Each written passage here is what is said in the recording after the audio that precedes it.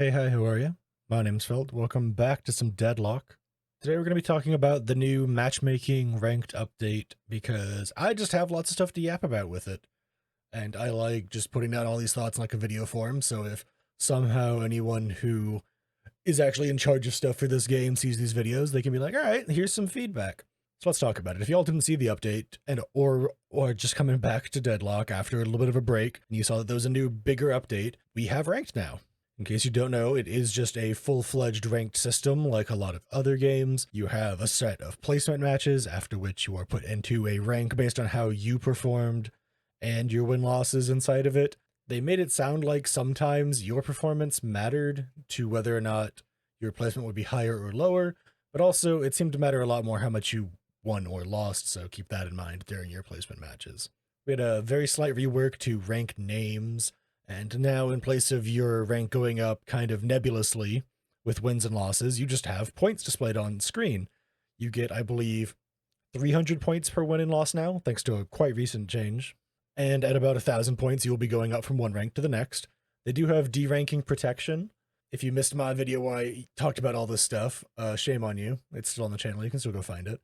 But if you did miss that video, it is 2 losses at at the bottom of a rank before you completely go down to the one below it. So from like Oracle 6 to Oracle 5.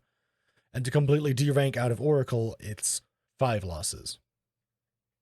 And on top of everything else I've mentioned, it's actually 2,000 points to go from 6 of one rank to 1 of the next, as opposed to 1,000, making that final jump up a little bit more difficult, but you also get bonuses for winning in a streak, so take this to mean what you will. All of those numbers are totally subject to change, as they've always said in the past. Let's move past the nitty gritty, move past the numbers, just talk about how it actually felt. I am not an Eternus player. I am usually Phantom or Oracle, depending on how much of a win or loss streak I'm on. So I'm not having the same experience as a lot of the other people that you see talking about how their placements went. My placements went pretty okay. I did a 5-3 record over the course of all of them, and only really one of those games it felt like the lobby was doomed from the start. And that was really only because we had someone on Wraith who just seemed to be a little lost with when they were supposed to actually be fighting with their team, and they kept getting picked on top of that, and that game just kind of felt like a total wash, and I couldn't have done anything to win it regardless of what else I did. But outside of that, most of my games felt fine. Most of my games felt decently balanced, but I know that people in the higher ranks have had problems with that, to where their games didn't feel as balanced, because you go from playing constantly at Eternus 6 against only Eternus 6 players, and suddenly there's a bunch of Eternus 1 players in your lobby because of this generalized grand rank reset. It's going to feel a little weird, and you're going to kind of feel like, what is this person even doing in my game? We are not playing at the same level. Let's talk more about the ranked mode, though. Let's talk about how it felt to have the ability to swap after you loaded in. Man, it's a really, really weird change, and I'm a little concerned that it's going to effectively lead to team comp abuse, where you load in, and if your team is fast enough at talking in those 30 seconds before you have to actually go into the game, you could be on a completely different team comp that fights better than what you initially loaded in on. And while that is sometimes just how MOBAs go, you're just going to have a better or worse team comp, it feels a bit egregious at the moment for them to talk about how they're trying to make it so that the matchmaker puts you into actual team comps based on how you're trying to play, based on who you have selected as your priority characters, but then allow people to just completely change their team comps the second they get in the match because of whatever reason. It feels like there's tons of times it'll be completely abusable, because if you see the enemy team has like no good appliers of anti-heal and no pocket, you can be like, oh, sick. We just absolutely need people to swap to Dynamo Kelvin Rem, and we're just completely unkillable as a team now. And while the same can be true as the opposite, if you're loading in, you see your team has no frontline, you can be like, all right, I'm going to hop on to Victor now and make sure we have a frontline who can really fight it out. I think there's got to be some tweaking done to it, though. I think it's a little too easy to just have infinite free swaps the second you load in. And I think the timer is a little too tight to make it feel fair to be on either side. 30 seconds is not as long as you would think, but I feel like anything past 45 would just be ridiculous. But let me know what y'all think about this and what y'all's opinion is. How do you guys feel about being able to swap after you load into the match? I'm going to talk about the other side of things now that I don't think I've actually seen other people talking about yet, and it's how does the standard mode feel now that ranked has come out? And I've played like 4 or 5 games of standard on top of like the 12 or so games of ranked I've played since the stuff came out. I know, not a massive number of games, but I am not the type of person to play this game for 12 hours a day like a lot of the other streamers out there. But the standard mode feels pretty fucking awful. It feels so much worse than it used to. It feels incredibly unbalanced. It feels like it's an absolute toss-up as to whether or not you're getting a good team that's actually going to be able to play the game, or someone on the other team is either smurfing or so wildly overranked compared to the rest of your lobby that you're just not going to have a chance. And it feels really bad to know that if you want to unlock more characters to play in ranked, whether you're 5 games off or you're 12 games off or whatever, you're going to have to get your 15 wins in a game mode that just feels less balanced than the ranked one does. And I know this is something that is essentially unavoidable because most of the player base is probably going to be in the ranked mode.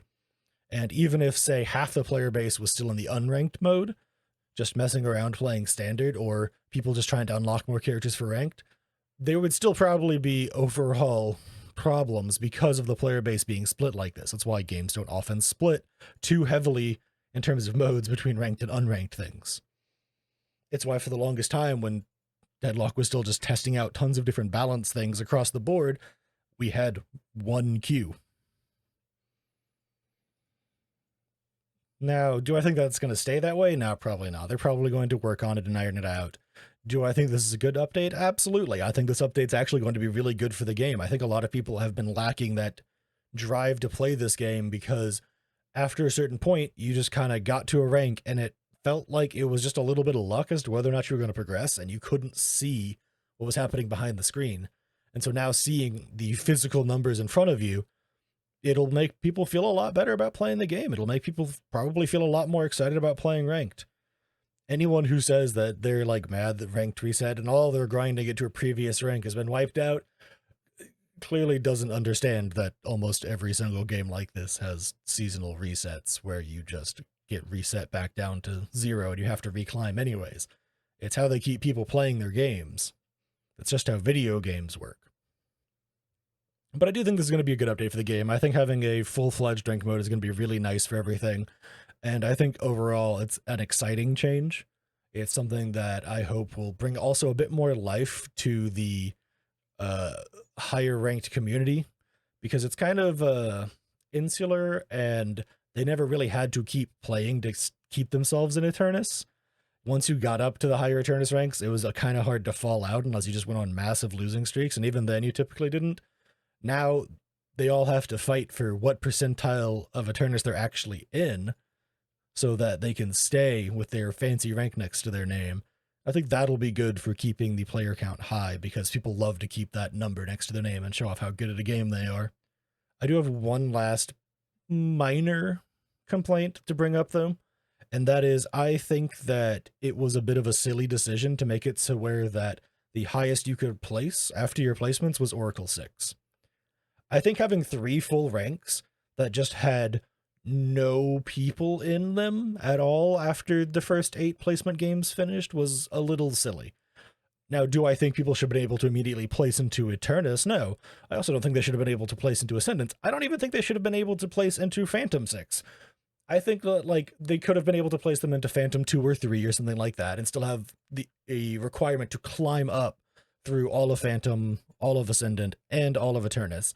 And it makes it so that your ranked matches can spread people out across the ranks a bit easier and have a bit less problems with having all the Eternus players, all of them get shoved into the exact same, like, 3 ranks in total. Because there's a big difference between the Eternus 1 player and the Eternus 6 player and the Ascendant 6 player versus the Phantom 6 player. And most of them got shoved into a little pile of Oracle 4, 5, and 6. Because that's just kind of how this type of system works. I don't know if the solution is to make it so that it's harder to place immediately into the top rank, to make it so that there's actually just more ranks to place into at first so that you could go into Phantom, or maybe to make it so that they actually squish it lower and make it so that they can't even place up into Oracle 6. They have to place into Oracle 3 and then manually climb from there. I've just heard a bunch of people having problems with it, and I've looking at them, looking at the numbers both of like how people have been climbing and how both fast and slow it's taken people to climb back up. and just a comparison to how I've played in other ranked games with ranked systems that are similar, it's typically not super hard to climb back up to the max rank. But there's people that used to be Eterna 6 that are still in Phantom, like 4 days after the update came out, which seems a little slow. But what do I know? I'm just a person who yaps on the internet and I don't design games or matchmaking systems. This is all just random feedback that hopefully makes it to the ear of some Valve person and they can turn it into actually useful stuff for this wonderful game. I'm overall just really excited about all of this. Thanks for hanging out and watching. I hope y'all liked the video. This was just a chance to have a yap session about the new ranked thing and just get a feel for what the community thinks about it, because I feel like a lot of the community is kind of confused about a lot of it. Thanks for watching, y'all. Cool and appreciate you, and I hope to catch you all in the next one.